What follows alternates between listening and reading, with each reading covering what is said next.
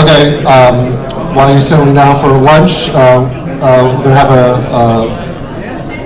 panel from two Comcast fellows on cybersecurity for service delivery networks. So first, Michael Reardon is going to talk about the COAM conundrum. Hi there. I can see you're all getting stuck into your grub. So that looks like you're doing very well, and you probably don't want to hear me, but I've got the mic. So my talk is on something that I'm calling the COAM conundrum. And I wanted to call it that because at least it might grab your attention at the start of the talk, and then I can explain what a COAM is, and we can have a quick look at a conundrum. COAM, customer owned and managed equipment.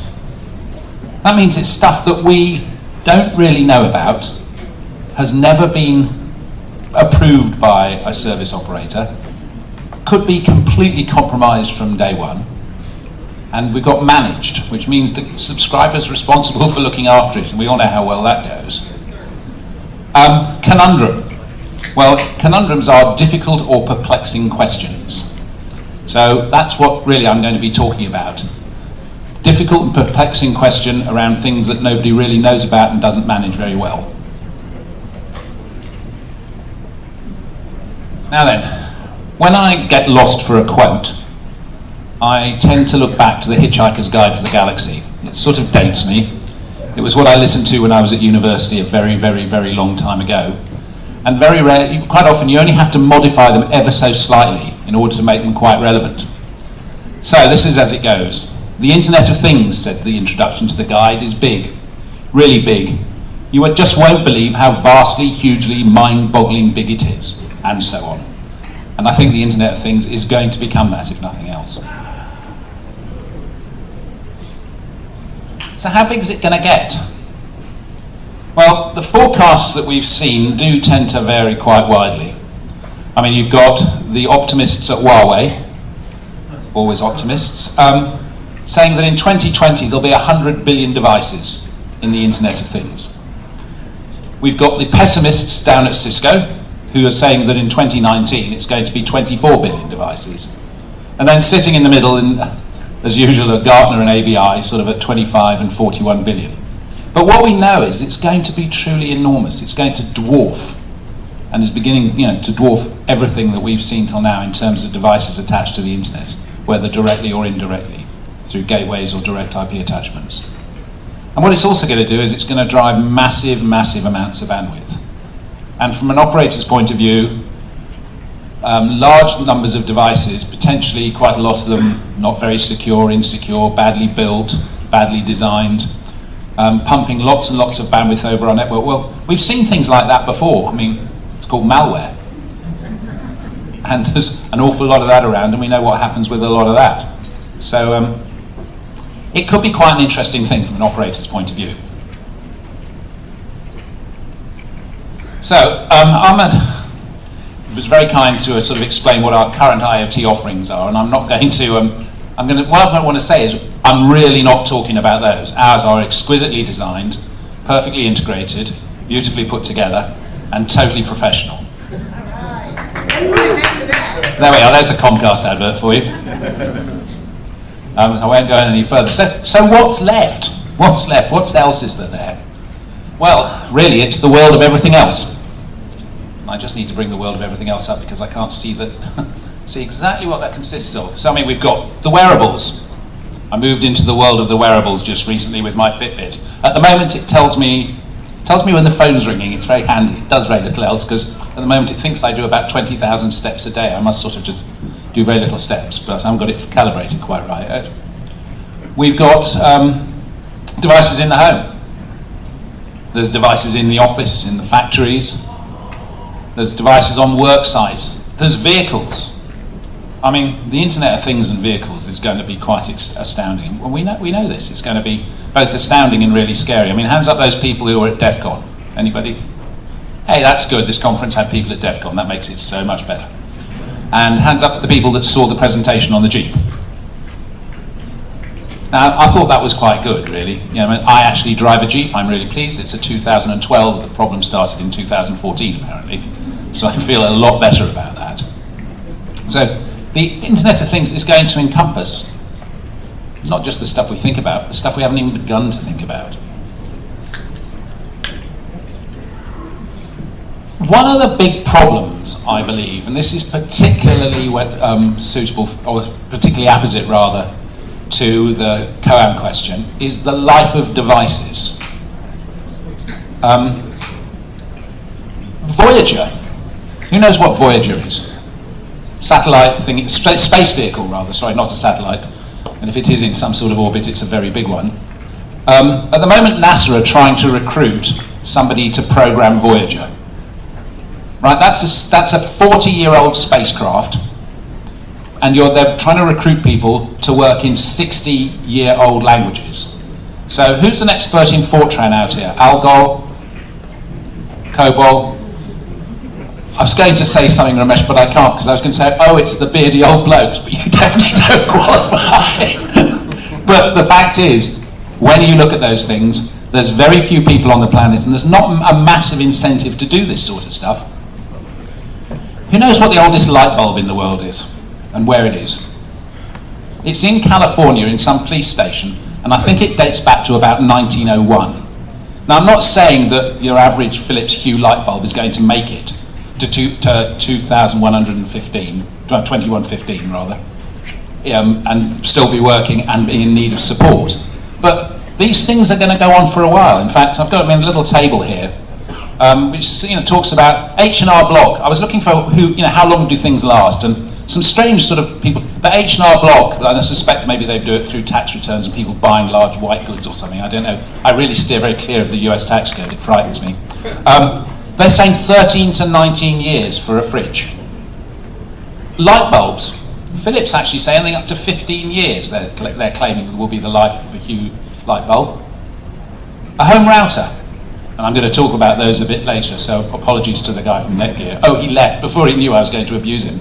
But a home router, 2 to 5 years. Weighing scales, I mean, how long do you expect your weighing scales to last? I mean, you stand on them, you kick them back under the sink, you get them out the following morning, you kick it back under the sink. We're probably talking anything up to 10 years. TVs, smart TVs. I mean, we've all seen smart TVs. They start off in the living room, they work their way up to the bedroom, then they go to the guest room, and then you give them to the kids that are going off to university. Right, there is a life to these things. But the fact is they're going to be jolly old, a lot of them are going to still keep on working, and they're going to need security updates and patches, because basically what we've got there is a display with a computer on it. And it's hackable, it's fiddleable with, and it's capable of causing trouble. I mean, a cell phone, they still last quite a long time. I know a lot of us are motivated because we want to look really trendy to have the latest, coolest smartphone. But, they will actually hang in there for quite a while. And as we heard, only 50% of smartphones ever get upgraded or something. We heard that yesterday. What about your car? As your car, which has really been transformed into a sort of network on wheels that takes you places, a connected network on wheels that takes you places. Well, we're not going to chuck those out. I mean, we don't. My car, one of my cars is 12 years old, and I'm never going to sell it because I put so much money into maintaining it. Smart thermostats. How often do you change your thermostat? No, not ever, unless you're sort of doing something like consciously connecting it for the first time. But my guess is there'll be an awful lot of old nests out there, in quite a while, sitting there attached, still doing whatever they're doing. And whilst obviously the people that make nests are really reputable, there's also going to be a whole bunch of dodgy ones out there, which are not going to get looked after and not going to get loved. So there's going to be a lot of problem there. And finally, dishwashers. Why we're going to have connected dishwashers does rather escape me. But apparently, dishwashers last for 9 years. So we're going to have connected dishwashers 9 years old. I mean, who's going to support a dishwasher, honestly? So, what are we really coming down to here on COAMs? Software updates. This is probably the most critical thing, I think, that from an operator point of view and with these unmanaged devices that we face. And so much of it depends on vendors. And some of those vendors aren't actually going to know they're really in the cybersecurity business at all. They're not going to be interested in it. It's not something they want to do. They're more, if you look at a lot of these things, they're more concerned about the fun. I mean, if you're selling a fridge, you're basically selling something to make things cold, to keep stuff stored, and not to become something that's connected to the internet. I mean, it would be connected. That's only because it's the cool thing to do. I was at DEF CON in the IoT village, and they were busily, they were a bit naughty. They'd gone to Best Buy. They bought a fridge, bought being the operative word in quotes, by the way. They bought a fridge, took it back to the village, and started dismantling it. They did save all the packaging. It was quite interesting, very neatly put off to one side. And they were trying to reduce it to its component parts. And the SSL that was running on it, 2008, I mean, on this fridge. Are we not a little scared already? Definitely. And by the way, what I think they did at the end of the IoT village was put it back together, put the fridge back in the packaging, and return it to Best Buy. I think that. Can you imagine getting that fridge, eh? Hacked by the very best. So we're going to find that an awful lot of this stuff, all these upgrades, I mean, they're going to take place, but, or some of them are going to take place, but an awful lot of vendors just aren't. They're just going to go, oh, let's build the next coolest fridge, or, sorry, very cool fridge. And also what they're doing is they're providing devices that are, some of them are going to be just straight on impossible to upgrade. You know, running tiny little bits of processors with tiny little bits of memory, and they're just not going to be able to do it. I mean, we've just got to look at, you know, how often things do get upgraded. How many, you know, you go into hospitals nowadays, and what do you see? You see medical devices running Windows XP. Are we not just a little scared? I'm going to be attached to that thing, and it's going to be controlling something vital of my bodily functions while I'm asleep, and it's running an obsolete operating system. Well, that's going to happen too, I believe, in the Internet of Things. And we're going to be having an awful lot of devices just running old things that don't work very well. So thinking about that is one. And software itself. Has anybody, I mean, you look at some of these packages that people use. There's one major bit of code that I'm thinking about, which I'm not going to name. And I went back and looked at it a couple of years ago. Well, it was a set of bits of code, rather. And, you know, there was about 15 or 20 bits of open source code making it up, of which I think about 5 or 6 just plain weren't supported anymore. You go back, you know, 2000, 1998, and this code was running, and it was running on version 0.12 or something. And it hadn't been supported in years, and you tried to Google the person that was allegedly one of the authors, and, you know, it turned out they'd died in a car crash or something. You know, and there's all this code that just, code with no visible means of support. And I think, you know, that's going to be a challenge as well. And the other one that's going to be a major challenge when it comes to some of these COAM devices is going to be the proprietary ones. The companies that make things have gone out of business. And the software that they had once is no longer, well, it's somewhere. It's probably in somebody's attic on a computer that's not used anymore, that he's completely unaware that he has. You know, and then that's going to make things very challenging. I mean, I think what's made it sad, the challenge has actually been appreciated in some areas with things like the Linux Foundation, who've taken on this critical infrastructure support program, which they did, and they've been working on things like OpenSSL, and Network Time Protocol, NTP, and OpenSSH. So I mean, these things are happening for some of the key components, but it's lots of the little bits and pieces that we rely on in the peripheries that are going to be unsupported, unmaintained, unloved, and inevitably hacked. Now, if the man from Netgear, you're not here, are you? Good. A very nice chap, and I did apologise in advance. But home routers are a brilliant proxy for the Internet of Things at the moment. And I know Bruce talked about this yesterday, but I'd actually thought about it before we talked about it, so I thought I'd keep the slide in. I mean, they're old devices, these old home routers. They've been built down to a cost. They've been built down to just enough functionality. I think the words I'm just going to use next are, some of them are quite cheap and nasty, really. They're hard or impossible to upgrade, and the upgrade strategy is quite often, we'll just replace them. You know, just chuck them out, get the new one. I mean, they're completely out of the control of the service provider, and worst of all, even if they are tolerably easy to upgrade, and some of them are, and the vendor cares enough to produce upgrades, the big kicker is the owners really don't care about security anyhow, because they don't even realize these little things are computers at all in their own right and need to be secured. And let me tell you, 2012 I was working with the FBI on something called Operation Ghost Click. You may or may not have heard of it. It was a DNS changer map, you know, and people were able to hack home routers. I mean, I think they were able to hack the DNS.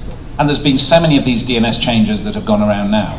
which is when you see that basically the home router, instead of using the DNS that's been very kindly supplied by, for example, Comcast, and we do supply a truly magnificent DNS service, as well as everything else, including our home automation service. But they're using some DNS that, in the case of GhostClick, was actually hosted in the United States. It was Chicago and New York. But a lot of these DNSs are sitting in lovely places like Moldova and the Ukraine. And people wonder why their service is a bit slow. It's because they're sending their DNS requests all the way to Moldova and Romania to get the services and to get routed to the version of the Wells Fargo Bank, which isn't the Wells Fargo Bank at all, to get your, on a man-in-the-middle attack. So, these basically home routers are, as I say, they're a great proxy because they sort of sum up all the things that I think we fear about a lot of the devices that are going to be sitting on the Internet of Things. Old, cheap and nasty, not upgradable. And so I think one of the things that's be really interesting is to study the problems that accrue as a result of that. So, have we actually fallen off the precipice yet? I don't think so, because I don't think we've deployed enough devices, but we're getting close to the precipice as more and more devices get deployed, more and more of devices with these problems. What we are going to do is have a tremendously long tail of rather dodgy devices to cope with over the years to come. And I take issue with some of the people who've been saying train the end users. I actually think that is a futile way to go in some respects. We've tried for years. We tried around antivirus, we've tried around malware, we've tried around all sorts of campaigns which say, be careful. People don't essentially care. There's a very good paper by, I think it's Microsoft Research, which basically say that the cost of to the average user of a cybersecurity compromise is totally trivial. There is no incentive for them to care, and that's what these people, I think it's Cormac Hawkins or somebody at Microsoft did a paper on this. It's worth reading because although it's ever so slightly gloomy, I think it does really support the thesis that they don't care at all. So what are we going to do? I think we have to work very, very hard on establishing the services and the support within the networks themselves and in the ecosystem, and I think Ahmed, you made that point as well, that the ecosystem has to step up to take care of the consumer because the consumer won't take care of themselves. And in some respects, it's not an attack on the consumer. A lot of this stuff is really complicated.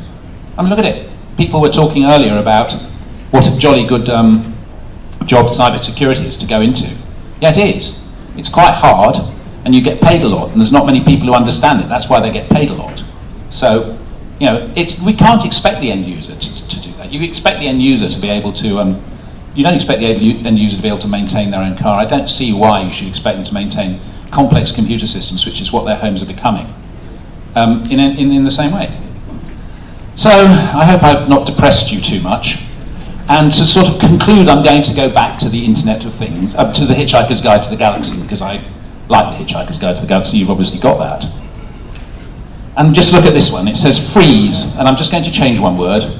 I'm a bot, not a refrigerator. So, thank you very much.